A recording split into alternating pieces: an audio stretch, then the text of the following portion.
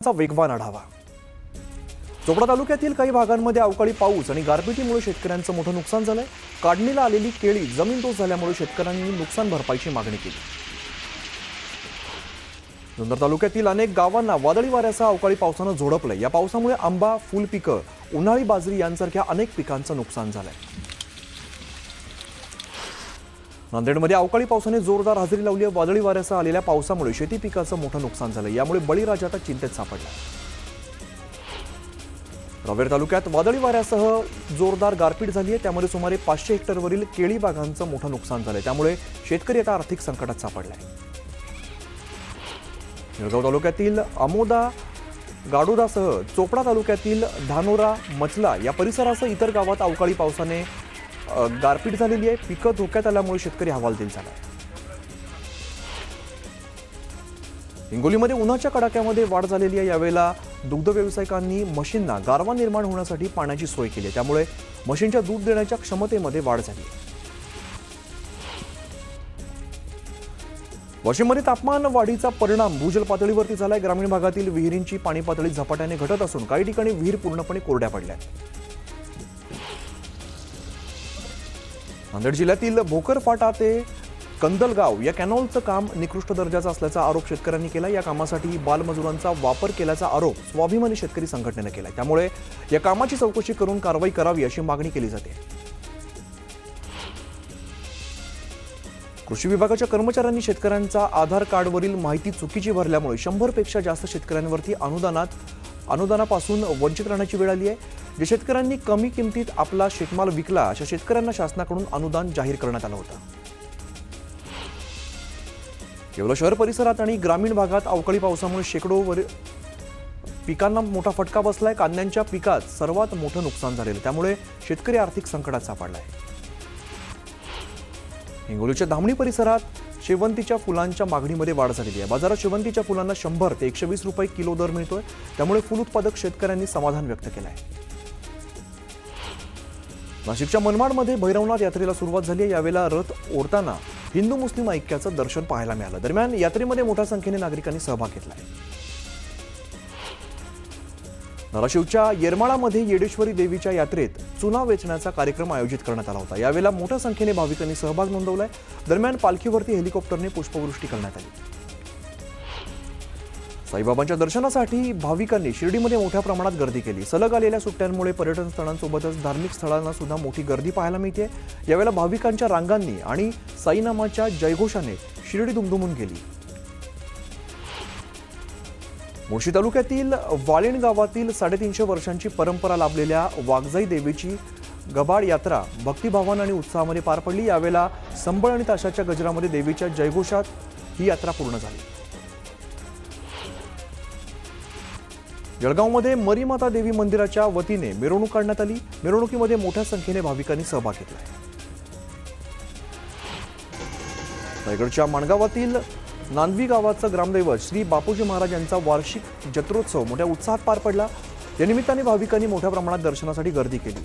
बगाडावरून लाट फिरवणे तसंच पालखी नाचवणं भाविकांचं आकर्षण ठरलंय। बीडच्या आष्टे तालुक्यातील वळुंज इथल्या भैरवनाथाच्या यात्रेला सुरुवात झाली। यात्रेच्या 250 वर्षांची परंपरा आहे। यात्रेनिमित्ताने मंदिरावरती आकर्षक अशी विद्युत रोषणाई करण्यात आली।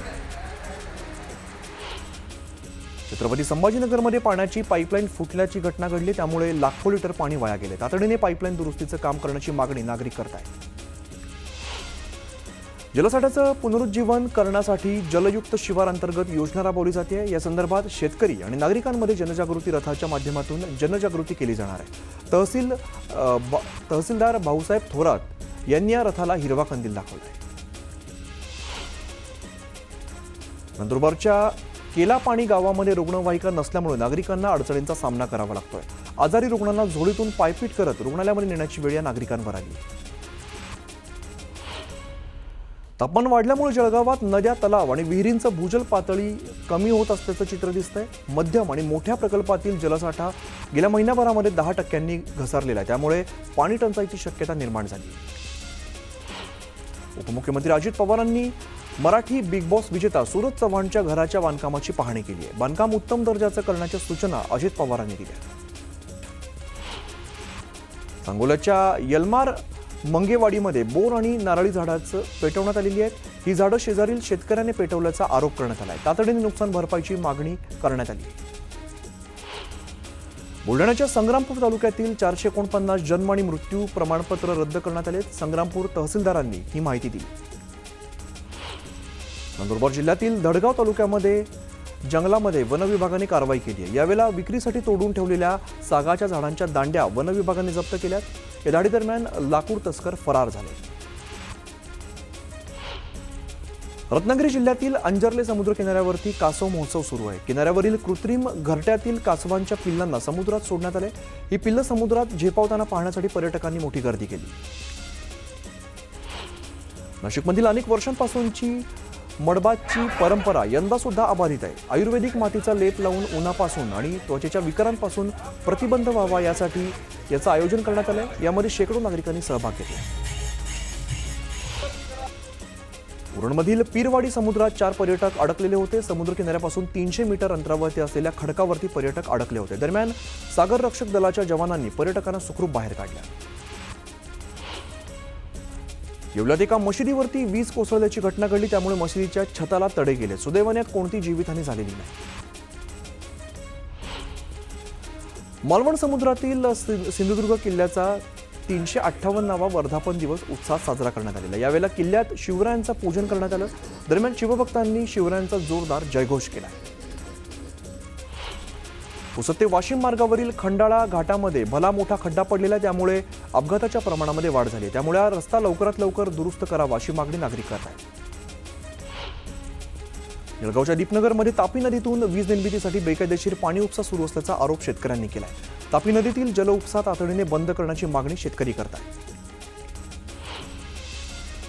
एसटी बसच्या अभावाने मनमाड, नांदगाव या शहरासोबतच ग्रामीण भागातील शेकडो विद्यार्थ्यांची परवड सुरू आहे. तापमानाचा पारा 41 अंशांवरती पोहोचला असताना तासनतास विद्यार्थ्यांना कडक उन्हात थांबून सामना करावा लागतो. त्यामुळे विद्यार्थ्यांसाठी वेळेत बस उपलब्ध करून देण्याची मागणी केली जाते. नांदेड शहरात सध्या 2 दिवसाआड पाणी पुरवठा केला जातो. शहराला पाणी पुरवठा करणाऱ्या विष्णुपुरी धरणात मुबलक पाणीसाठा आहे. मात्र पुढील काळात टंचाई भासू नये यासाठी इसापूर धरणातून राखीव पाणीसाठा मागवण्याचा निर्णय पालिकेने घेतला आहे. गेल्या 3 महिन्यात भाजीपाला आणि शेतीमालाचे दर प्रचंड कोसळले. या विरोधामध्ये आरपीआयने कोरडूवाडी बाजार समितीमध्ये आंदोलन केलंय. कांदे, वांग, बटाटे यांचे हार घालत शासनाचा निषेध केलाय. भिवंडीमध्ये राज्यातील पहिलं आणि देशातील दुसऱ्या बागेश्वर बालाजी मठाची निर्मिती करण्यात आली आहे. बागेश्वर बालाजी सनातन मठाचं लोकार्पण 14 एप्रिल रोजी करण्यात येणार आहे. बीड जिल्हा रुग्णालयातील डॉक्टरांच्या हलगर्जीपणामुळे एका गर्भवती महिलेचा मृत्यू झाल्याचा गंभीर आरोप महिलेच्या नातेवाईकांनी केलाय. प्रसूती व्यवस्थित करण्यासाठी जास्तीत जास्त पैशांची मागणी करण्यात आली. 2000 देऊन सुद्धा व्यवस्थित उपचार न झाल्यामुळे महिलेचा मृत्यू झालाय असा आरोप करण्यात येतो. मानवी दातांना शस्त्र मानलं जाऊ शकत नाही. चावा घेतल्याचा गुन्हा अदखलपात्र असल्याचा निर्णय औरंगाबाद खंडपीठाने दिलाय. जळगावच्या अमळनेर तालुक्यात आगीचं सत्र अजून सुद्धा सुरू आहे. मारवड ढेकूनंतर आता कळमारचे परिसरामध्ये लागलेल्या आगीमध्ये ज्वारी आणि जनावरांचा चारा जळून खाक झाला. यामध्ये आगीत 12 शेतकऱ्यांचं 29,56,000चं नुकसान झालंय. डहाणूमध्ये महालक्ष्मी यात्रेदरम्यान गडाच्या टोकावरती चढण्याचा प्रयत्न करणाऱ्या एका भाविकाला खाली पडून जागीच मृत्यू झालाय. कन्हैयालाल असं या भाविकाचं नाव असून तो गुजरातच्या सुरत इथून महालक्ष्मी गडावरती दर्शनासाठी आला होता. न्यूझीलंडवरून भारतात आलेल्या एका युट्यूबरला शिव्या शिकवण्याचा प्रकार समोर आला होता. दरम्यान याच युट्यूबरला एक मराठी तरुणाने चक्क तंबाखू खायला शिकवल्याची बाब समोर आली आहे. शिवप्रेमींनी या घटनेचा निषेध केला आहे. वर्ध्याच्या तळेगावमध्ये एका क्रिकेट अकादमीच्या इमारतीला आग लागली. या आगीमध्ये इमारतीचं मोठं नुकसान झालं. बीडच्या पाटोदा तहसील कार्यालयातून चोरट्याने चक्क संगणक लंपास केलेला. या प्रकरणामध्ये नायब तहसीलदारांच्या तक्रारीवरून पाटोदा पोलीस ठाण्यामध्ये अज्ञाताविरोधात गुन्हा दाखल केला आहे. सिंधुदुर्गच्या चेंदवनमध्ये अपहरण करून एका तरुणाची हत्या करण्यात आली आहे. मारेकऱ्यांना पोलिसांनी अटक केली. मावळच्या आधार रुग्णालयाने त्वरित उपचार करत एका रुग्णाचे प्राण वाचवलेत. विशेष म्हणजे रुग्णाकडे पैसे नसताना रुग्णालयाने उपचार केले. त्यामुळे आधार रुग्णालयाचं सर्वत्र कौतुक केलं जात आहे. बुलढाण्याच्या मंगरुळ मध्ये गोठ्यातील 12 बकऱ्यांवरती हल्ला केलेला आहे. प्राण्याच्या हल्ल्यामध्ये 12 बकऱ्यांचा मृत्यू झाला. दरम्यान वन विभागाने तातडीने पंचनामा करून मदत करण्याची मागणी शेतकरी करत आहेत. चंद्रपूर जिल्ह्याच्या मूल तालुक्यातील चितेगाव या परिसरातून जेरबंद करण्यात आलेल्या वाघिणीच्या 3 बछड्यांना जेरबंद करण्यात अखेर यश आलंय. 5 महिन्यांच्या 3 छाव्यांना त्यांच्या आईपाशी सोडण्यात आलंय. जामनेर तालुक्यातील लोंढरी गावामध्ये शेतकऱ्यांनी शेतामध्ये जमा केलेला मका जळून खाक झालाय. अज्ञात व्यक्तीने मक्याच्या ढिगाला आग लावल्यामुळे 150 क्विंटल मका जळून खाक झालाय. मालेगावात यात्रेदरम्यान आकाश पाळण्यामध्ये बसण्याचा मोह एका तरुणाच्या जीवावरती बेतलेला आहे.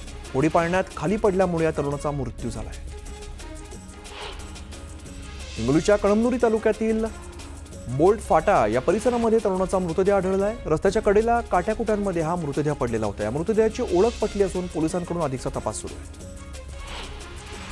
नाशकातील धक्कादायक घटना समोर आली आहे. भांडण रोखण्यासाठी गेलेल्या रिक्षाचालकाची हत्या झाली आहे. रिक्षाचालकावरती टोळक्याने धारदार शस्त्राने हल्ला केलाय आणि त्यांचा उपचारादरम्यान मृत्यू झाला. या प्रकरणात पोलिसांनी 4 अटक केली. कल्याणमधील अल्पवयीन मुलीवरील अत्याचार प्रकरणाचा आरोपी असलेला विशाल गवळीने तळोजा जेलमध्ये आत्महत्या केली आहे. आरोपी गवळी 3.5 महिन्यांपासून तळोजा जेलमध्ये होता. किरीट सोमय्यांच्या बीड दौऱ्यानंतर बनावट जन्म प्रमाणपत्र काढणाऱ्या दोघांवरती गुन्हा दाखल करण्यात आला. या प्रकरणी पोलिसांकडून अधिकचा तपास सुरू आहे. मालाडमधील चोरीचा सीसीटीव्ही समोर आलेला आहे. स्पायडरमॅन सारख्या पाईपचा वापर करून इमारतीवरती चढून चोरट्याने 36 लाख आणि सोन्याचे दागिने लंपास केलेत. या प्रकरणी पोलिसांनी अवघ्या 12 तासामध्ये या आरोपीला अटक केली. अंबरनाथ तालुक्याच्या क्रीडा संकुलाची इमारत मागील वर्षी कोसळली होती. दरम्यान या ठिकाणी कोसळलेल्या वास्तूचा सांगाडा 1 वर्षापासून तसाच पडून आहे. मात्र या पुनर्बांधणीकडे प्रशासनाचं दुर्लक्ष होतंय, त्यामुळे खेळाडूंमध्ये नाराजी आहे. मीरा रोड परिसरात चोरट्यांनी महिलेच्या दागिन्यांची चोरी केली. चोरी करणाऱ्या 2 चोरट्यांना पोलिसांनी अटक केली आहे. चोरीची संपूर्ण घटना सीसीटीव्हीत कैद झाली. सरकारने खासगी रुग्णालयांचे दर निश्चित केले पाहिजेत का? गेल्या 5 वर्षात रुग्णालयाने अनावश्यक चाचण्या केल्यात का?